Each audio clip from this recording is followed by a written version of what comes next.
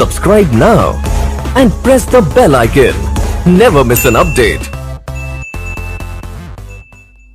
Sitapur chemistry classes में आप सभी का स्वागत है और आज हम आपसे डिस्कस करने वाले हैं एक नए रिएक्शन की जिसका नाम है युग्मन अभिक्रिया।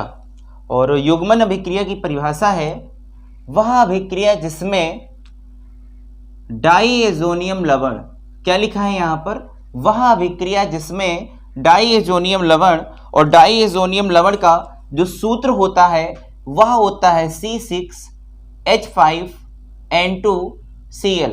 यह हमारे डाईएजोनियम लवण का सूत्र होता है और इसका दूसरा नाम होता है बेंजीन डाईएजोनियम लवण के नाम से भी हम इसको जान सकते हैं।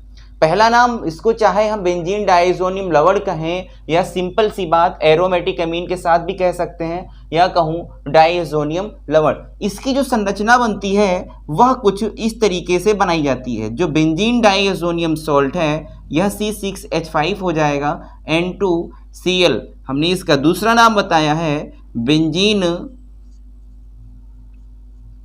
डाईएजोनियम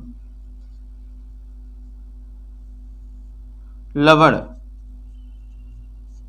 यह किसकी संरचना है?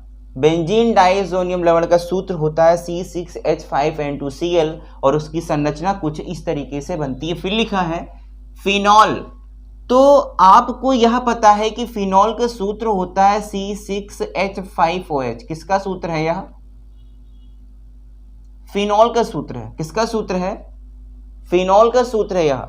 और फिनॉल की जो संरचना होती है वह कुछ इस तरीके से बनाई जा सकती है। ठीक है, ये फिनॉल की संरचना हो गई।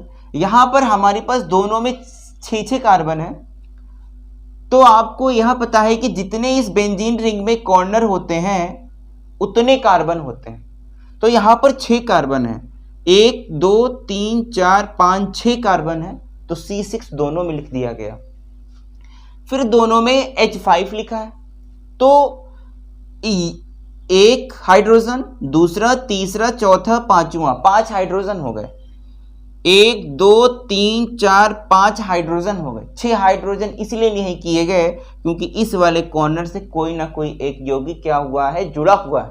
जैसे यहाँ पर क्या जुड़ा था, N2Cl जुड़ा है, यहाँ पर OH जुड़ा है। तो हम सभी C6H5 ही लिखेंगे, C6H6 नहीं लिख सकते, कभी नहीं लिखेंगे।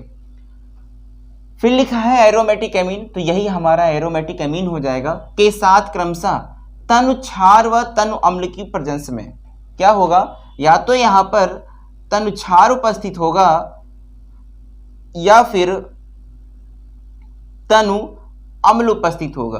टेम्परेचर क्या होगा, 0 डिग्री सेल्सियस कम ताप पर ही हम इसको क्या करेंगे, गर्म करेंगे। और जब हम गर्म करेंगे तो आपको यह पता है इसमें जितने कॉर्नर होते हैं उतने कार्बन के साथ एक हाइड्रोजन उपस्थित होता है। तो यहाँ पर भी एक हाइड्रोजन, यहाँ पर, यहाँ पर, यहाँ पर, यहाँ पर, सब कहीं हाइड्रोजन है। मैंने सिर्फ इस वाले हाइड्रोजन को दिखाया है। क्यों दिखाया है ये आप अभी सभी जानेंगे। इसलिए दिखाया गया है जब इसे हम गर्म करेंगे तो ये वाला HCl हमारा बाहर निकल गया, हाइड्रोक्लोरिक अम्ल क्या हो जाएगा, बाहर निकल जाएगा। शेष जितना भी यौगिक बचेगा हम सभी उसको क्या करेंगे, लिखेंगे। तो क्या बचता है हमारे पास, सबसे पहले C6H5, यानी कि ये रिंग बन गई हमारी।